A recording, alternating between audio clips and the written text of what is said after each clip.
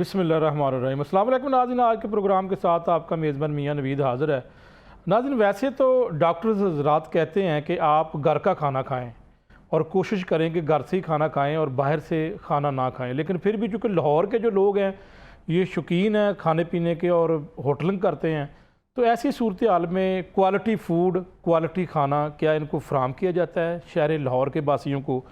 और quality food फ्राहम करने के लिए पंजाब फूड अथॉरिटी का क्या किरदार है? पंजाब फूड अथॉरिटी का काम ही ये है कि वो आपको बेहतरीन खुराक या इसमें जो मिलावट माफिया जो काम करता है उनके खिलाफ क्रैकडाउन करें और आपको क्वालिटी फ़ूड की फराहमी को यकीनी बनाए। तो आज इसके ऊपर बात करेंगे कि फ़ूड अथॉरिटी ने अब तक क्या इक़दाम किए हैं, ख़ास तौर पर मिलावट माफिया के ख़िलाफ़ क्या क्रैकडाउन किया और कितना काबू पा लिया है। तो आज हम बात करेंगे इसी मामले के ऊपर। DG food authority Asim Javed साहब हमारे साथ मौजूद हैं। वेलकम डीजी साहब आपको इस प्रोग्राम में। और हमारे साथ मौजूद होंगे हाफिज़ महबूब अली, नुमाइंदा लाहौर रंग और बीट रिपोर्टर हैं, फूड अथॉरिटी की बीट करते हैं। हाफिज़ महबूब साहब वेलकम आपको। सबसे पहले आप सब बताइएगा कि इस वक्त क्या सूरत हाल है? आप समझते हैं कि फूड अथॉरिटी जो है वो मुकम्मल तौर पर, ख़ास तौर पर जो मिलावट माफिया है, खा वो कोई भी चीज़ हो, दूध हो या कोई भी चीज़ हो, उसके ऊपर फूड अथॉरिटी क्या क्रैकडाउन कर रही है? आप इसके ऊपर क्या कहेंगे? जी बिल्कुल मियां साहब, आपने बड़ा अच्छा क्वेश्चन रेज किया। इस हवाले से आपको बता चलूँ कि डीजी फूड अथॉरिटी यानी कि आसिम जवेद साहब जो हमारे साथ मौजूद है, जब से ये आए हैं फूड अथॉरिटी जो है काफ़ी ज़्यादा मुतहरिक है और आए रोज़ जो है वो ख़ास तौर पर दूध मिलावट माफिया हो उनके खिलाफ, ऑयल के जो बार बार इस्तेमाल करते हैं उनके खिलाफ, बच्चों को जो टॉफ़ियाँ गोलियाँ मिलती हैं उन चीज़ के हवाले से भी जो है वो काफ़ी ज़्यादा एक्टिव हैं और फूड अथॉरिटी की जानिब से जो है वो कार्रवाइयाँ भी की जा रही हैं। लेकिन इसके बावजूद मुल्क में जो है माफिया बहुत ज़्यादा स्ट्रॉन्ग है, तो उनको कुचलने के लिए टाइम लगेगा। लेकिन जब से DG food authority Asim Javed साहब आए हैं तो बहुत ज़्यादा एक्टिविटी भी नज़र आ रही है और जो दूध है वो भी काफ़ी हद तक कुछ कह सकते हैं कि आप बेहतर क्वालिटी का जो है वो लाहौर में मिल रहा है। लेकिन इसके बावजूद अभी भी मुख्तलिफ जो लाहौर के इलाके हैं वहाँ पर मिलावट दूध जो है वो मिल रहा है। लेकिन इसके साथ साथ अगर दीगर चीज़ों की बात ली जाए तो जैसे खाने की दीगर चीज़ें हैं, फास्ट फूड है, वहाँ पर फूड अथॉरिटी की जानिब से जो है शिकंजा जो है वो काफ़ी ज़्यादा कसा हुआ है और मुख्तलिफ जो इस वक्त कोई खौफ है फूड अथॉरिटी का, जो मिलावट माफिया है उनके खिलाफ जब ये क्रैकडाउन करते हैं, कोई डर खौफ मौजूद है सोसाइटी के अंदर, मुआशरे के अंदर, लाहौर के अंदर? जी बिल्कुल, इसकी सबसे बड़ी मिसाल ये टुलिंटन मार्केट है जहाँ पर आप देखते हैं कि फूड अथॉरिटी की जानिब से जो है वो आए रोज़ वहाँ पर जो है वो छापे भी मारे जाते हैं और काफ़ी ज़्यादा मुज़र सेहत गोश्त जो है वो पकड़ा जाता है। तो इस हवाले से वहाँ पर काफ़ी ज़्यादा बेहतरी नज़र आई है। इसमें जो है वो फूड अथॉरिटी को दाद देनी पड़ेगी कि उनकी मेहनत की वजह से जो है वो यहाँ पर जो है वो लोग अब कतरा भी रहे हैं। लेकिन आपको बताया कि कुछ माफिया जो है वो काफ़ी ज़्यादा स्ट्रॉन्ग है, तो उनके लिए अभी जो मज़ीद टाइम भी लगेगा। तो इस हवाले से जो मौजूदा टीम है, डीजी साहब से पूछते हैं, आसिम जवेद साहब। डीजी साहब क्या समझते हैं कि फूड अथॉरिटी अपना काम मुकम्मल तौर पर कर रही है और जितना भी अरसा हुआ है जब से ये कायम है, इसका कितना फ़ायदा हुआ ख़ास तौर पर शहरियों को?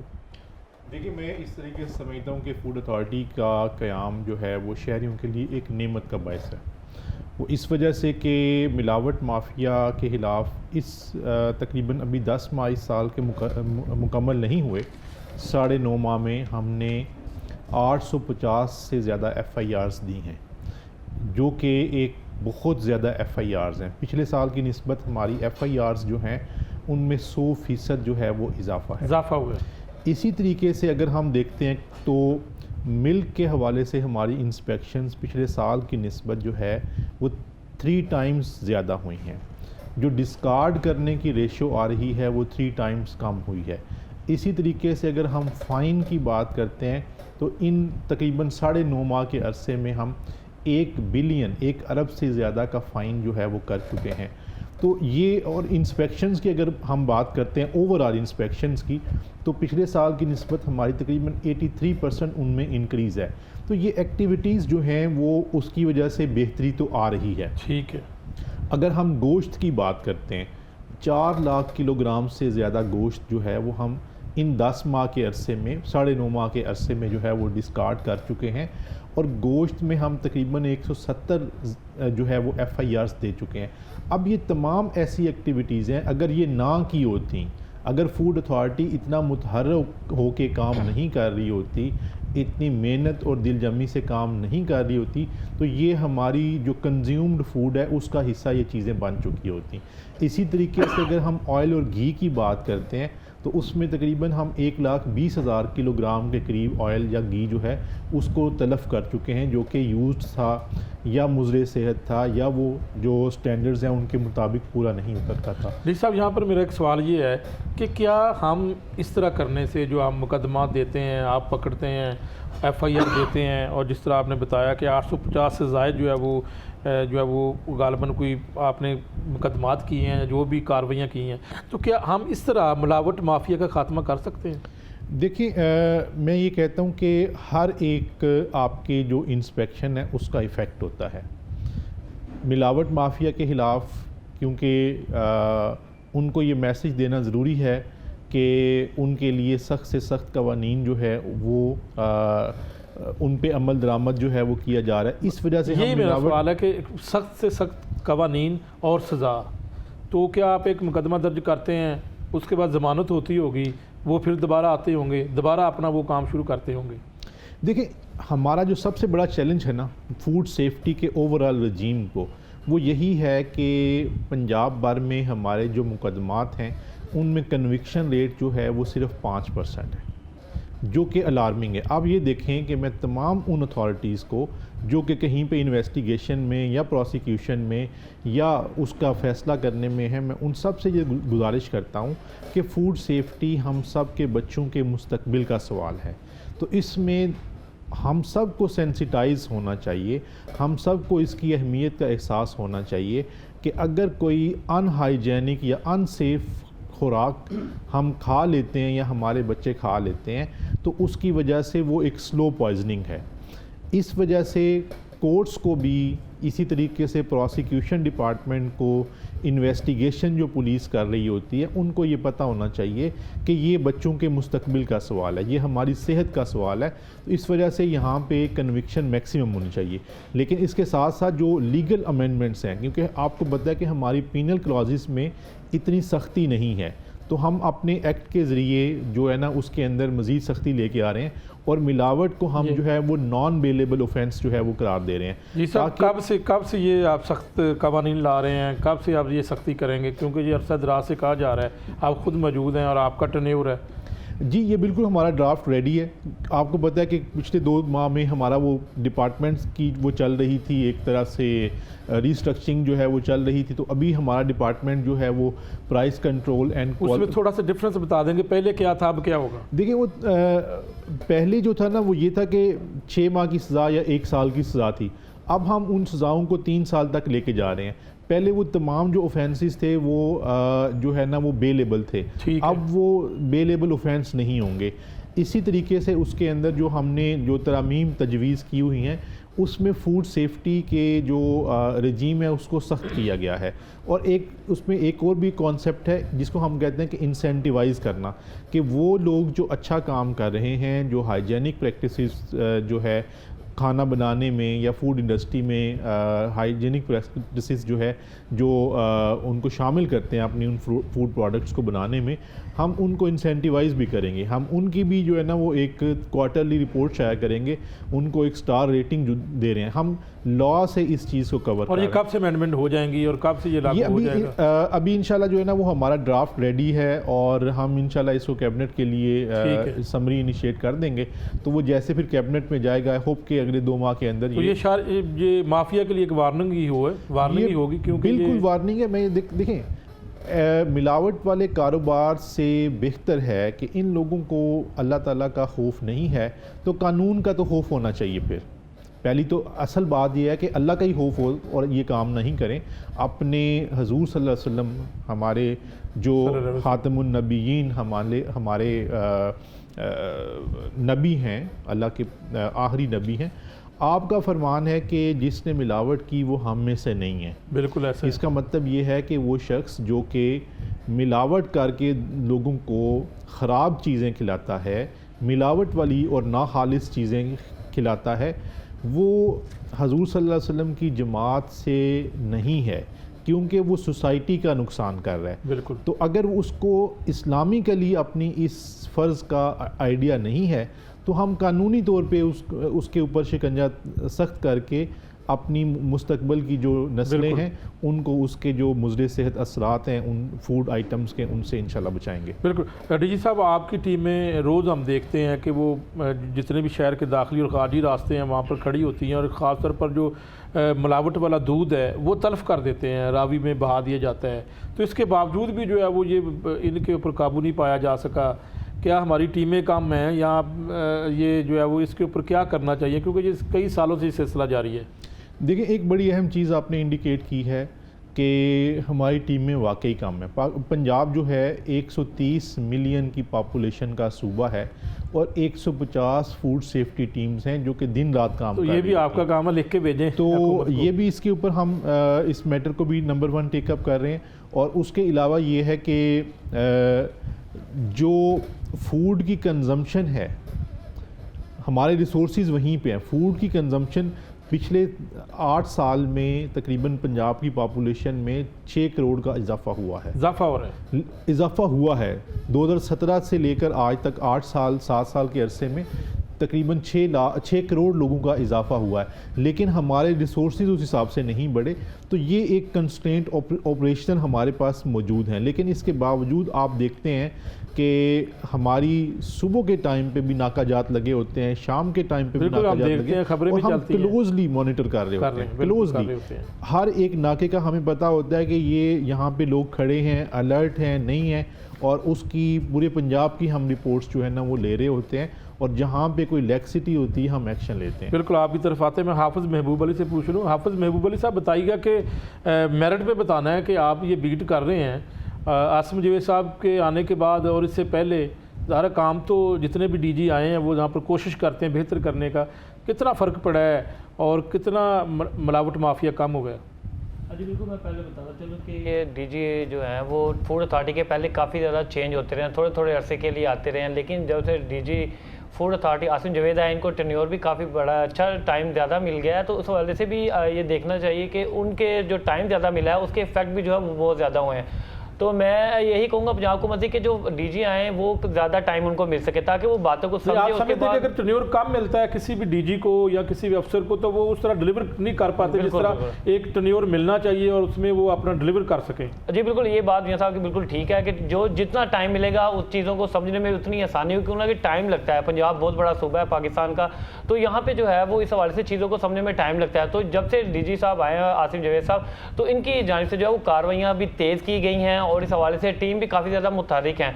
और पिछले दिनों को जो एक्शन लिया जाता है तो उस हवाले से जो है इनकी टीम मैदान में जो है वो नज़र आती है। ये भी खुद जो है वो टीम के साथ जाते हैं, जहाँ भी बड़ा ऑपरेशन होता है वहाँ पर आप खुद देखेंगे, फुटेज में भी देखा जा सकता है कि डीजी साहब खुद उनके साथ होते हैं। तो ये बहुत अच्छा सिचुएशन है और ये लोगों के लिए वार्निंग भी है कि जो इस तरह के काम कर रहे हैं उनके खिलाफ जो है वो ज़्यादा से ज़्यादा कार्रवाइयाँ भी की जा रही हैं।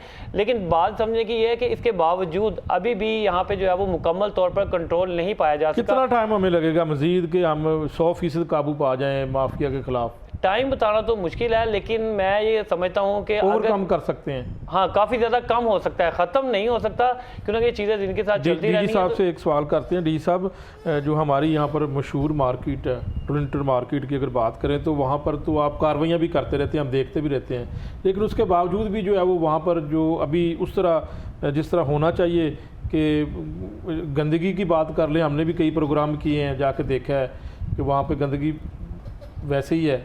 और उसके अलावा वहाँ पर ये भी शिकायत है कि जो मुर्गी का मरा हुआ जो गोश्त है वो भी वहाँ पर फ़रोख्त किया जाता है। तो इस मार्केट को आप कैसे ठीक करेंगे? देखिए, टोरंटो मार्केट्स और गोश्त की जितनी भी मेजर मार्केट्स हैं वो हमारा फोकस है। मैं आपको बताऊं कि गोश्त की इंस्पेक्शंस पिछले साल की निस्बत तकरीबन 5 गुना ज़्यादा हैं, 5 गुना। और मैंने जो आपको अर्ज़ किया कि तकरीबन 170 के करीब हमारी गोश्त की FIRs हैं इन 10 माह, तकरीबन 10 माह के अरसे में। तो टोरंटो मार्केट भी हमारा फोकस है। 2 चीज़ें होती हैं, एक तो ये है कि हमारी टीम्स मौजूद होती हैं जो ट्रैवल करने के दौरान मुर्गी की मतलब डेथ हो जाती है, उनको भी हम निकालते हैं और उसको खुद तलफ जाके LWMC की साइट पे करते हैं। मामूल होगा ट्रैवल के दौरान जो मुर्गी की डेथ होती है, ये मामूल है, लेकिन उसमें माजी में इस चीज़ का शायबा था कि वो कहीं ना कहीं पे फूड चेन में आ रही थी, एक चीज़। दूसरा ये कि वहाँ पे अनहाइजेनिक प्रैक्टिसेस हैं, क्योंकि काम जो है वो एक बल्क में हो रहा होता है। तो उसके हवाले से भी हमने जो LWMC है उसके साथ मिलकर प्लान किया है, और हमने DG LDA को भी रिक्वेस्ट किया कि उसके ऊपर अपनी जो है वो इस तरह से वहाँ पे जो है ना इंटरवेंशन की जाए कि वो हाइजेनिक वहाँ पे, मतलब जो डिस्पोज़ल है पानी के हवाले से, सीवरेज के हवाले से, वो बेहतर हो। और इसी तरीके से जो बाकियात पड़ी होती हैं उनको फौरी तौर पे जो है ना वो वहाँ से डिस्पोज ऑफ किया जाए डंपिंग साइट्स के ऊपर। बिल्कुल ठीक है। और एक ये भी तासर है कि आप जो है वो किसी बड़े होटल के ख़िलाफ़ कार्रवाई नहीं करते, छोटे होटल वालों के ख़िलाफ़ कार्रवाई करते हैं। तो इसमें कोई बाद में कोई सदाकत है, या आपने इसकी कोई ग्रेडिंग का सिलसिला भी शुरू किया हुआ था? देखिए, मैं आपको अर्ज़ करता हूँ कि हमने बड़ी इंडस्ट्री के ऊपर भी और तमाम बड़े जो ब्रांड्स हैं, जो मशहूर ज़माना ब्रांड्स हैं, हर फूड आइटम के हवाले से इंक्लूडिंग होटल्स, उन सब के ऊपर हमने एक्शन लिया है। हम उनकी रेगुलर इंस्पेक्शंस करते हैं, और अभी घी के हवाले से हमने एक कैंपेन की, और उसमें तमाम मेजर इंडस्ट्री को हमने फ़ाइन किया है। बड़े हैवी फ़ाइन हमने घी वाली इंडस्ट्रीज़ को किए हैं। इसी तरीके से मिल्क प्रोड्यूसिंग जो इंडस्ट्रीज़ हैं, या मिल्क के जो प्रोडक्ट्स वैल्यू एडिड बना रहे होती हैं, उनके ऊपर हमने बड़े जो है वो रेट्स किए हैं। बेकर्स और कन्फेक्शनर्स के यूनिट्स के ऊपर किए हैं, ईटरीज़ के ऊपर किए हैं। तो हमारे रेडार पे तमाम जो फूड बिजनेसेस हैं वो हमारे रेडार पे होते हैं, और हम उनकी रेगुलर इंस्पेक्शंस भी करते हैं। हमारे लिए काबिल इज़्ज़त वो है जो अच्छा काम कर। बिल्कुल। अच्छा डी साहब, ये बताइएगा कि ये जो घी का आपने बताया कि बड़ी कार्रवाइयाँ की हैं, तो इसमें कौन सी ऐसी मिलावट की जाती है जो इंसानी बॉडी के लिए जो है वो नुकसानदेह होती है घी के अंदर? देखिए, पूछता हूँ मैं, दो चीज़ें हैं इसमें। घी के हवाले से पूरे पंजाब के, बल्कि पूरे पाकिस्तान के अंदर जो है कुछ ऐसी गलत प्रैक्टिसेस हैं जो कि उसके स्टैंडर्ड्स को ख़राब करती हैं, स्टैंडर्ड्स को कॉम्प्रोमाइज़ करती हैं। उसमें कुछ हैदराबाद और कराची बेस्ड घी हैं, और इसी तरीके से कोई लोकली मैन्युफैक्चर करने वाले ऐसे घी हैं कि जो रिक्विजिट स्टैंडर्ड्स को जो है वो मीट नहीं करते। हम घी के ऊपर एक separate unit Punjab food authority में बना रहे हैं, जो कि घी की प्रॉपर ट्रेसेबिलिटी को, के दो इश्यूज़ होते हैं। एक होता है यूज्ड कुकिंग ऑयल, वो किसी भी तरीके से घी इंडस्ट्री में नहीं आना चाहिए, उसको बायोडीज़ल की इंडस्ट्री में जाना चाहिए या सोप मैन्युफैक्चरिंग में जाना चाहिए। इसी तरीके से जो फैट रेंडर्ड यूनिट्स होते हैं, फैट रेंडरिंग यूनिट्स होते हैं, जिनको local live stock department regulate कर रहा होता है, उसमें से भी कुछ लोग जो है वो उनकी बाकियात से भी घी बनाना शुरू कर देते हैं। तो ये तमाम घी की जो बैकवर्ड ट्रेसेबिलिटी और फॉरवर्ड ट्रेसेबिलिटी है, उसको और उसके स्टैंडर्ड्स को हम इंशाल्लाह उस यूनिट के ज़रिए इंश्योर करेंगे, और उसमें इस तरह का पोर्टल बनाएंगे कि इस चेन में जितने भी लोग आ रहे हैं उन तमाम का डेटा हमारे पास मौजूद हो, और ताकि घी की क्वालिटी अगर अच्छी होगी तो हमारी सेहत उतनी ही अच्छी होगी। क्या ऐसा दुरुस्त है कि जो मुर्दा जानवर उनकी हड्डियां या उनकी चर्बी से भी जो है वो ऑयल तैयार किया जाता है? क्या ये दुरुस्त है ऐसा? देखिए, ये इस तरह का केस सामने आया? मैं आपको अर्ज़ करता हूँ, इस तरह के 2-3 केसेस हमने बड़े रेड्स किए, और उनके ऊपर बड़ा एक्शन भी किया, FIR भी की, उनके उस मटेरियल को डिस्कार्ड भी किया। और पंजाब फूड अथॉरिटी ने अभी पिछले थोड़े दिन पहले खानेवाल के अंदर एक बहुत बड़ा रेड किया। इशू क्या होता है कि ये फैट रेंडरिंग यूनिट्स जो हैं, इनका काम ये होता है कि ये पोल्ट्री के लिए फीड बना रहे होते हैं, और कई लोग ऐसे मिलावट माफिया वाले जो कि मुल्क के और समाज के दुश्मन हैं, वो इसी को जो है वो घी इंडस्ट्री के लिए या घी बनाने के लिए इस्तेमाल करना शुरू कर देते हैं। तो जो मैंने 3 बड़े रेट्स का तस्करा किया, जिसमें तकरीबन 40-50 हज़ार लीटर से करीब जो मुज़दे सेहत घी जो है वो हमने तलब किया और FIR भी दी, तो वो इस तरह के जो लूप होल्स और लकूनाज हैं उनको हम एड्रेस करके घी की सनत को इंशाल्लाह स्टैंडर्ड्स के मुताबिक करेंगे। तो इस वक्त कितने जो आपके साथ जो है वो, अगर होटलों की बात करें या जितने भी ये पॉइंट्स हैं, रजिस्टर्ड हो चुके हैं तकरीबन, या अभी भी लोग ये ऐसा है कि आपके लाइसेंस लिए बगैर ही काम कर रहे हैं? देखिए हमारी लाइसेंस की कैंपेन तो चलती रहती है, क्योंकि लोग नए कारोबार भी शुरू करते हैं और कुछ लोग जो है वो मुज़ाफ़ात के अंदर जो है वो कारोबार कर रहे होते हैं। तो इस वक्त तक पंजाब फूड अथॉरिटी के पास तकरीबन 7,65,000 के करीब रजिस्टर्ड जो है वो फूड बिज़नेस ऑपरेटर्स हैं, और उनमें जो है ना स्मॉलर फूड पॉइंट्स भी हैं, इसी तरीके से होटल्स एंड रेस्टोरेंट्स हैं, फूड इंडस्ट्री है, बेकर्स एंड कन्फेक्शनर्स हैं। तो ये तमाम जो मतलब लोग हैं जो कि फूड के कारोबार से वाबस्ता हैं, वो हमारे साथ रजिस्टर्ड हैं। और किसी भी शहरी को अगर कहीं पे कोई शिकायत है या उसकी कोई चीज़ सामने आती है तो वो फूड अथॉरिटी से कैसे रब्ता करे, आपके नोटिस में कैसे लाए कि यहाँ पर फ़लाँ जगह पर ये सारा कुछ हो रहा है, ताकि आपकी टीम वहाँ पर पहुँचे? जी, हमारा टोल फ्री नंबर 1223 है। इस पे शहरी जो है वो ज़िम्मेदार शहरी हमें इत्तला भी दे रहे होते हैं, हमसे राब्ते में भी होते हैं, और अगर कहीं पे भी कोई मिलावट वाली चीज़ें बन रही होती हैं या अनहाइजेनिक फूड प्रैक्टिसेस चल रही होती हैं, तो हम वहाँ पे जाके कानून के मुताबिक एक्शन लेते हैं और इस बात को इंश्योर करते हैं कि जो सेफ़ फूड है, जो अच्छी क्वालिटी वाला फूड है, वही मार्केट में आए। और ये जो दूध के ऊपर मैं बात करना चाहता हूँ कि वो तो आप क्रैकडाउन तो करते हैं, पकड़ते भी हैं माफिया को, इसमें अपने शहरियों की अवेयरनेस के लिए कि ये क्या ऐसी चीज़ें मिलावट माफिया इसके अंदर इस्तेमाल करता है जिससे खुदा न खासा जो है वो ख़तरनाक हद तक इंसानी सेहत को इससे जो है वो नुकसान हो सकता है, कि माफिया करता क्या है, ताकि लोगों को पता हो और लोग इसके ऊपर क्या करें, कैसे जो है बच सकते हैं, कौन सा दूध इस्तेमाल करें, कहाँ से ये दूध लें? देखिए, सबसे बेहतर तो यही है कि खुद ग्वाले के पास जाके दूध लें। ये मुश्किल काम है इस तरह के बंदे को सर्च करना। इस तरह का दूध महंगा भी मिल जाए तो उसमें हर्ज नहीं है, क्योंकि वो ज़्यादा अफादियत वाला और ज़्यादा ग़िज़ाइयत वाला होगा। इशू क्या होता है कि जो इस तरह के मिलावट करने वाले लोग हैं, वो स्किम मिल्क पाउडर के साथ ऑयल या घी मिला के इसी तरीके से उसके अंदर फार्मालीन मिला के और इस तरह के केमिकल्स मिला के, तो वो एक सिंथेटिक दूध बना देते हैं। वो लगता ऐसा है कि ये दूध है, जबकि वो दूध होता नहीं है। तो इस तरह के अनासर के ऊपर नज़र रखें, और इस तरह के लोग हमने अक्सर जाके रेड करके देखा है कि घरों के अंदर ये कारोबार कर रहे हैं।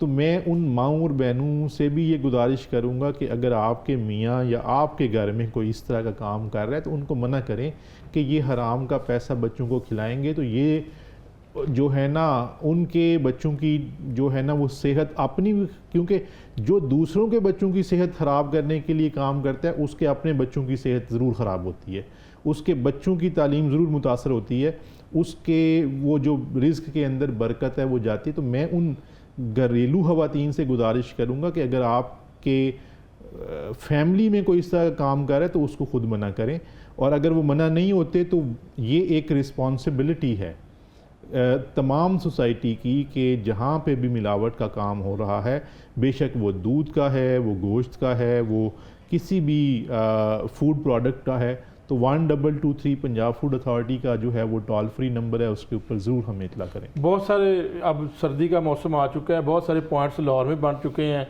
जो है वो मछली लाई जाती है और मुख्तलिफ जगहों पर रख कर बेची जाती है।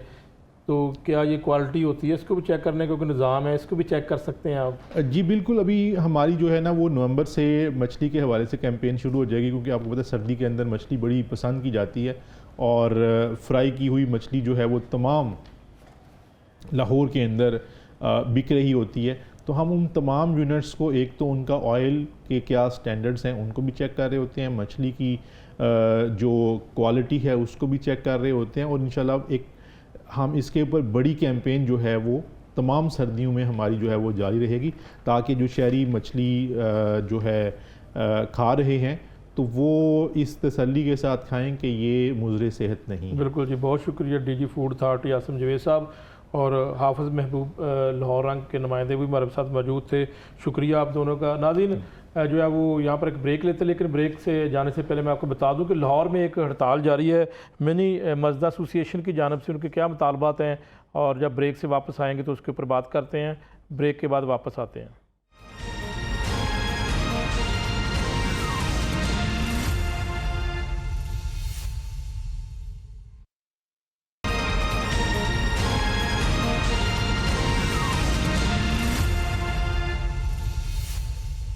वेलकम नाज़रीन। दूसरी जानब अगर लाहौर की बात करें, शहर लाहौर में एक और जो है वो हड़ताल जारी है और ये हड़ताल पाकिस्तान मिनी मस्जिद एसोसिएशन की जानब से जो है वो बाबू साबू के करीब जो है वो इन्होंने धरना दे दिया और रोड को ब्लॉक किया है।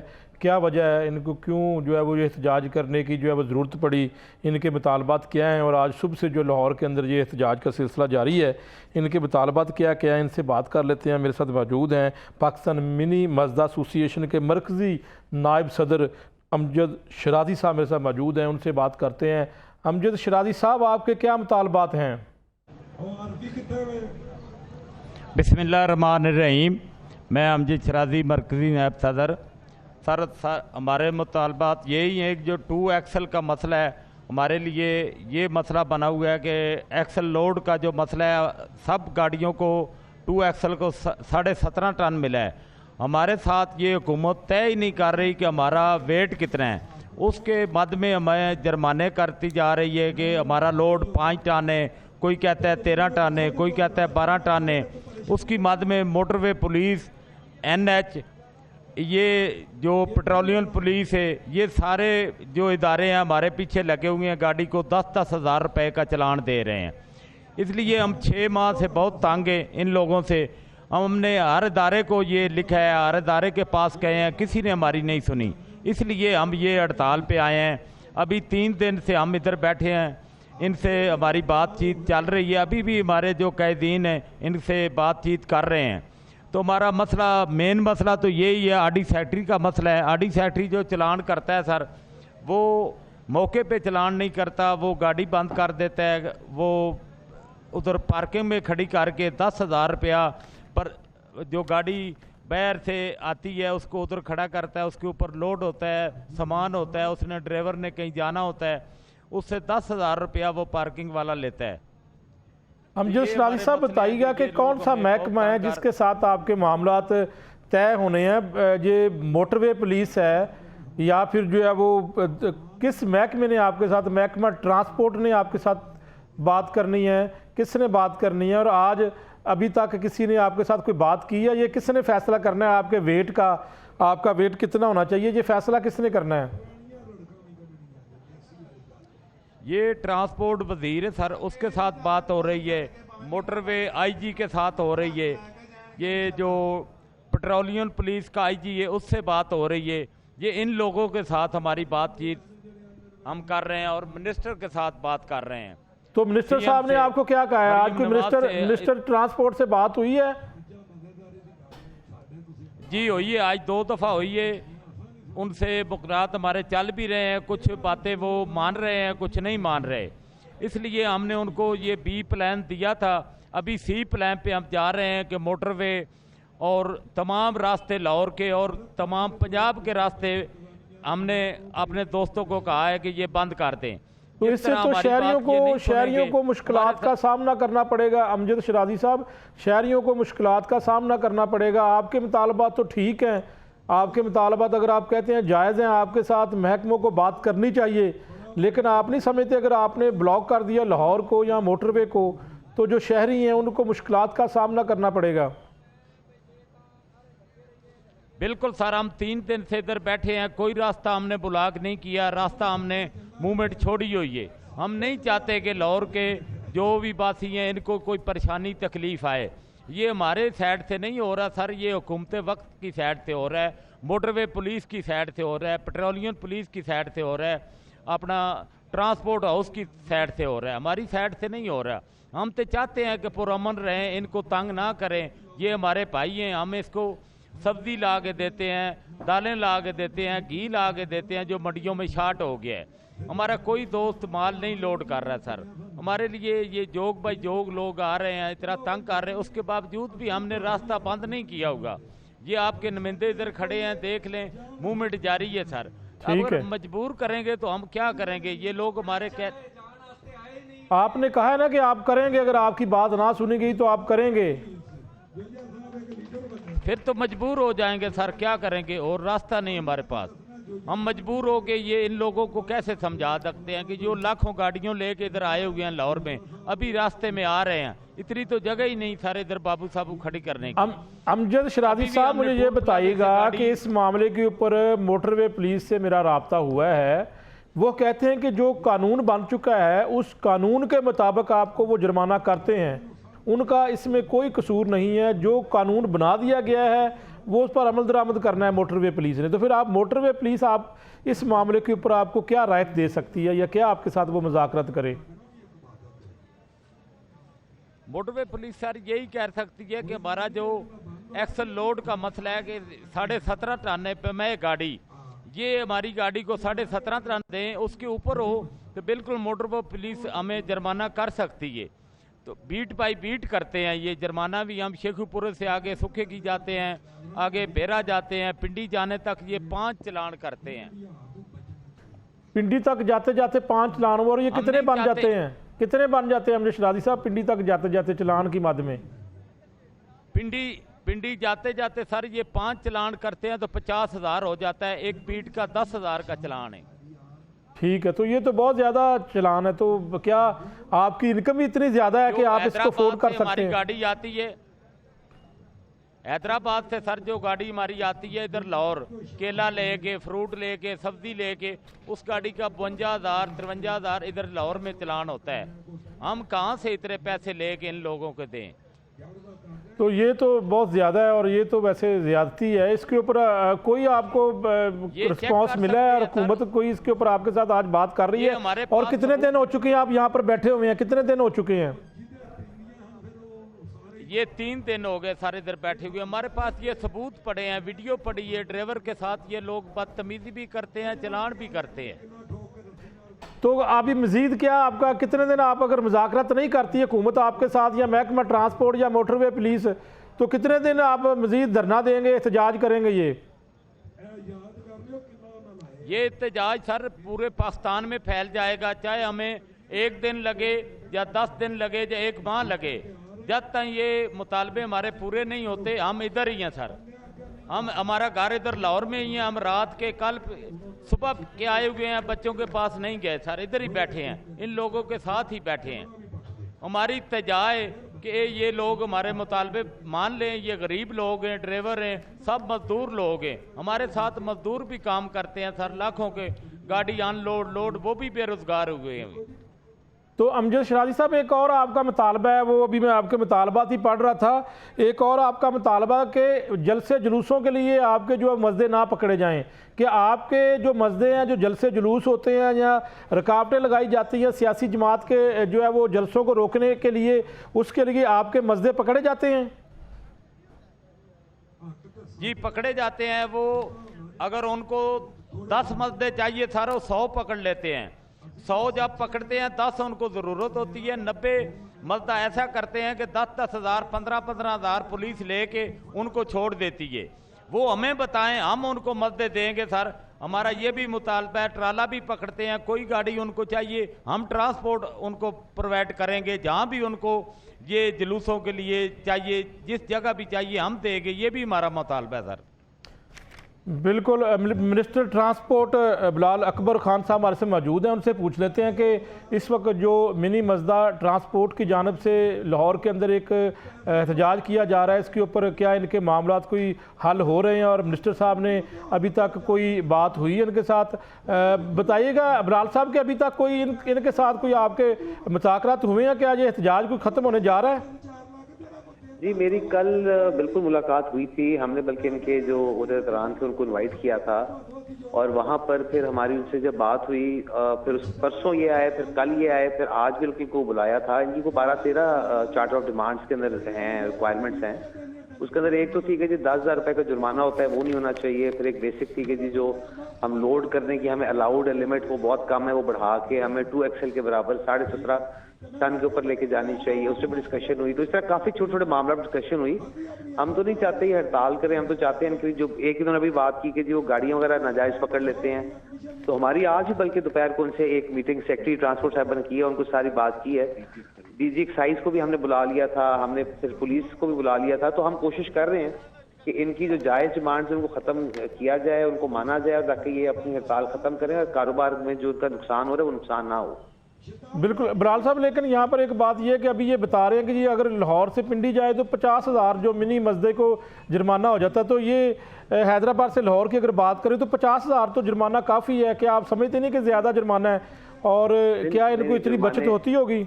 जुर्माने वाकई ज़्यादा हो रहे हैं। इन्होंने मुझे बताया था कि हाईवे की बीट्स हैं मुख्तलिफ बनी हुई कि, और हर बीट के ऊपर इनको जो रोका जाता है, उनको तंग किया जाता है। उसकी मेन वजह ये है कि जो इनकी रजिस्ट्रेशन हुई हुई है उसके ऊपर इनको जो परमिट मिला हुआ है उसके ऊपर उन्होंने लिमिट शायद वेट की कम दी हुई है, और फिर जब भी वो चेक करते हैं और वेट उनको पता चलता है कि ज़्यादा है तो फाइन कर देते हैं। तो हम उसको इंशाल्लाह एक्साइज वालों के साथ बिठा के हमने इनकी बातचीत कराई है, और हम इंशाल्लाह को एक यूनिफॉर्म पॉलिसी इंशाल्लाह बना रहे हैं। इनकी नॉलेज में होगा सारा कुछ, इनको उसके अंदर बिठाएंगे मीटिंग के अंदर।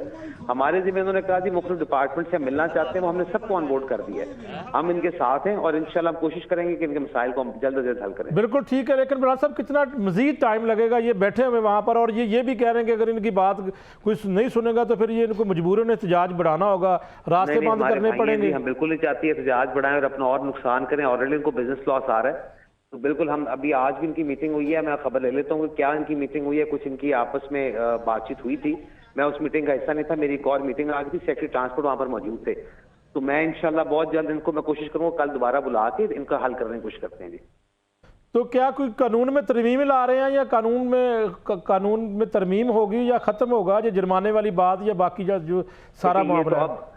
ये तो बिल्कुल कानून में तरमीम के बगैर तो नहीं हो सकता, लेकिन अगर हम उसको इम्प्लीमेंटेशन कर कानून में लाने से पहले भी हम अगर इसको डिसाइड हो जाता है तो हम पुलिस को नोटिफिकेशन और हाईवे पुलिस वालों को बता देंगे और इनका मसला उससे हल होना शुरू हो जाएगा। लेकिन इसमें कानून में तरमीम तो लानी पड़ेगी जी काम करने के लिए।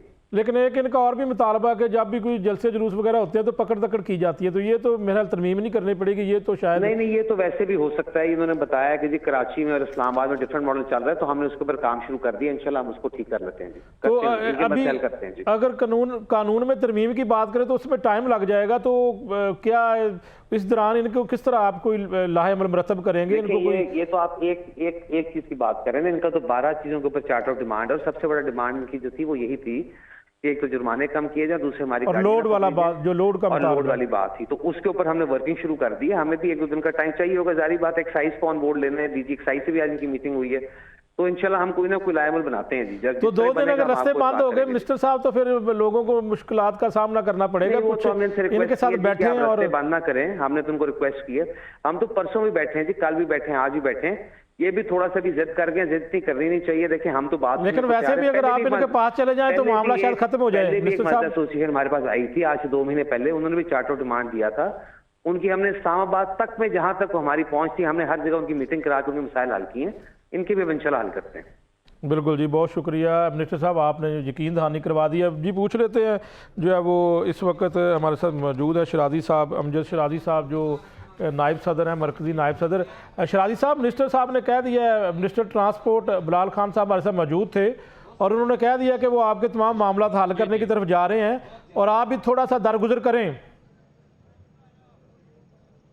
सर वो कह ही रहे हैं, कुछ कर नहीं रहे सर।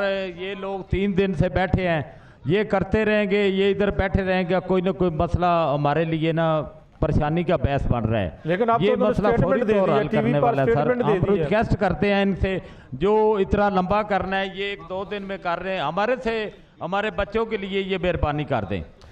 मुझे ये बताइएगा कि इससे पहले कौन सी एसोसिएशन थी जो चार्टर ऑफ डिमांड लेके आई थी? कोई और भी एसोसिएशन है आपके अलावा? जी वो आई थी एक एसोसिएशन, ट्रक एसोसिएशन, उनके पास भी इनके हुए थे लेकिन काम नहीं हुआ सर। उनके साथ भी बातचीत इनको हुई थी, नहीं कोई अमल दरामद नहीं हुआ सर। क्या आप, जो मिनिस्टर साहब ने भी कहा है, यकीन दहानी करवाई हमारे इस प्रोग्राम में और आप भी साथ ही हैं, तो आप मुतमिन नहीं हैं? उन्होंने स्टेटमेंट दे दी है और वज़ीर एक स्टेटमेंट दे रहा है, तो आप क्या अभी भी मुतमिन नहीं हैं आप इस बात पर? सर ये स्टेटमेंट देते ही रहते हैं। हम कल परसों के इनके पास 3 दफ़ा गए हैं। ये लोग देखते नहीं है कि ये परदेसी लोग इधर रोड पे ऊपर सोए हुए हैं। इन्होंने जो करना है सर, तो ये कल का करते, आज ही कर दें, हमारे ऊपर मेहरबानी कर दें। लेकिन उसमें अमजद शराजी साहब कानून में तरमीम करनी पड़ेगी। ये जो है वो पंजाब असम्बली के अंदर जो है वो इस ड्राफ्ट को लेकर जाया जाएगा और फिर आपका चार्टर ऑफ डिमांड है, एक मुतालबा आपका नहीं है, उसके अलावा भी मुतालबात है, तो ज़ाहिर इसके ऊपर एक ड्राफ्ट बनेगा और फिर ड्राफ्ट जो है वो पंजाब असम्बली के अंदर लेकर जाएंगे तो फिर जो है कुछ हो सकता है। ऐसे तो वो नहीं कर सकते कि जी अभी आज से जो है वो जुर्माने कम कर दिए जाए। कानून तो तब्दील करना पड़ेगा या तरमीम करनी पड़ेगी। बिल्कुल ठीक कह रहे हैं आप सर। इनको हम 2 माह हो गए, इनको लेटर लिखे हैं, इनके साथ मुलाकात की है, इन्होंने नहीं किया। अभी हम रोड पे आ गए हैं तो ये कहते हैं कर देते हैं, अभी हम घर चले जाएंगे, इन्होंने फिर नहीं करना सर। उसकी गारंटी कौन देगा सर? यानी आपको नहीं ट्रस्ट है, आप कहते हैं कि आप एहतजाज करेंगे और आपको कुछ ना कुछ रिटर्न दें फिर आप जाएंगे। जी जी, ऐसे ही रिटर्न दें फिर जाएंगे। रिटर्न हमें ज़बानी कलामी कहेंगे हम सर नहीं जाएंगे। अगला लाहे अमल बताएं। अब अगर आप इस बात से मुतमिन नहीं है, अगला लाहे अमल क्या है बता दें। अगर आज भी आप इस बात से मुतमिन नहीं है, अगला लाहे अमल बताएं। अगला लाहे अमल यही है सर, हम सब लोगों ने ये ऐद किया हुआ है, पूरे पाकिस्तान के ट्रांसपोर्टरों ने, गुड ट्रांसपोर्टरों ने, कि जब तक ये हमारे मुतालबे नहीं पूरे होंगे हम कोई गाड़ी लोड नहीं करेंगे। किसी माल की भी गाड़ी हमारी लोड होके किसी शहर में नहीं जाएगी। हम चाहे अड्डों पे खड़े हों, चाहे रोड पे खड़े हों, चाहे जो भी करें, हम ये काम नहीं करेंगे। हमने ये हलफ लिया हुआ सर। ये पर्चे भी हो सकते हैं और आपको पता है कि जब हुकूमत चाहे तो फिर जो बंदे भी टूट जाते हैं। कहीं ये ना हो कि आपका जो ग्रुप है या आपकी जो तंजीम है वो तकसीम हो जाए, फिर बाद में आप अकेले रह जाएं यहाँ पर। कोई बात नहीं सर, ये बच्चों के रिज़्क़ की बात है, हम हक पे खड़े हैं, कोई गलत काम नहीं कर रहे सर। कोई ऐसा गलत काम हो तो हमें तकलीफ होगी सारी जिंदगी। तंजीम के सारे लोग आपके साथ खड़े हैं, तंजीम के सारे लोग आपके साथ खड़े हैं? जी बिल्कुल खड़े हैं, ये सारे लोग, ड्राइवर, ट्रांसपोर्टर सब खड़े हैं पूरे पाकिस्तान के सारे। जो जायज़ मुतालबा है उसके लिए खड़े हैं। हम कोई गलत काम नहीं करना चाहते सर। अब ये हमारा मुल्क है, हम इस मुल्क के लिए कोई ऐसा मसला नहीं खड़ा करना चाहिए जो इनके लिए परेशानी का बहस बने। तो अगर हुकूमत ने फैसला किया कि यहाँ से ठाना है आपको तो फिर क्या करेंगे आप? हुकूमत जब फैसला करती तो फिर उसके ऊपर अमल दरामद तो करवा लेती है। जो चाहे कर सकती सर, हम क्या कर सकते हैं इनके आगे? हम तो इनके आगे फरियाद ही कर सकते हैं। बेबस है, आप कहते हैं कि आपके मुतालबात पूरे किए जाएं। जी जी, हमारे मुतालबात नहीं पूरे करेंगे, हमें बंद करें, जो इनका दिल करें, हम तो कुछ भी नहीं कह सकते। तो कितनी बड़ी तादाद है आपकी पूरे पाकिस्तान के अंदर, आपकी इस तंजीम के साथ कितने लोग आपके साथ मौजूद हैं जो वाबस्ता है इस तंजीम से? सर ये तकरीबन कोई 9-10 लाख गाड़ी, ये मजदा ट्रांसपोर्ट, ये 80% काम जो कर रहा है सर पाकिस्तान में, ये मजदा कर रहा है। ये सारे लोग हमारे साथ हैं जो काम कर रहे हैं, कराची से लेके खैबर तक। ये कराची से खैबर तक आप आज देख लें, जो मीडिया के ऊपर चल रहा है कि ये लाहौर नहीं है, पूरे पाकिस्तान में है सर। ये हमारा जायज़ मुतालबा है जो एक्सल लोड का है। ये गलत नहीं है सर कि एक गाड़ी को इन्होंने 4 टन दिया है, शाहदौर को, रक्षे को दिया है, तो वो मजदे को भी दे रहे हैं 4 टन, जो करोड़ रुपए की गाड़ी है। वो कैसे काम कर सकते हैं हम सर? ठीक है। और आज किस किस के साथ मुज़ाकरात हुए हैं? किसी महकमे के साथ मुज़ाकरात हुए हैं? आज अभी टीम गई हुई है, कोई कन्फर्म मुझे पता नहीं सर कि किस किस के साथ उनकी बात हुई है। बिल्कुल, बहुत शुक्रिया जी। पाकिस्तान मिनी जो है वो मजदा एसोसिएशन के जो है नायब सदर अमजद शराजी साहब हमारे साथ मौजूद थे और जब उनसे बात की तो यकीनन उनके काफ़ी हद तक मुतालबात जायज़ है। और मिनिस्टर ट्रांसपोर्ट जो है वो बिलाल खान साहब से बात हुई तो उन्होंने भी ये इसको कहा कि इनके साथ जो है वो ख़ास तौर पर जो जुर्माना किया जाता है वो जो है वो ज़्यादा जुर्माना है और इसके लिए तरमीम की ज़रूरत है और इसको तरमीम करनी पड़ेगी, फिर ही जो है वो इस पर अमल दरामद हो सकता है। 50,000 अगर आप जो है वो पिंडी तक जाएं तो 50,000 के करीब जो है वो आपको जुर्माना जो है वो हो जाता है एक मजदे को। तो ये कमाते के हैं और इस वक्त वो अपने मुतालबात के मनवाने के लिए एक बाबू साहब के करीब इस वक्त सरापा एहतजाज हैं और उनका साथ ये भी कहना है कि अगर वो उनकी बात नहीं सुनी गई तो फिर जो है वो इसको मज़ीद आगे बढ़ाएंगे इस एहतजाज को। तो नाज़रीन, आज के इस प्रोग्राम में इजाज़त चाहता हूँ, इंशाअल्लाह कल फिर हाज़िर होऊंगा। तब तक के लिए अल्लाह हाफ़िज़।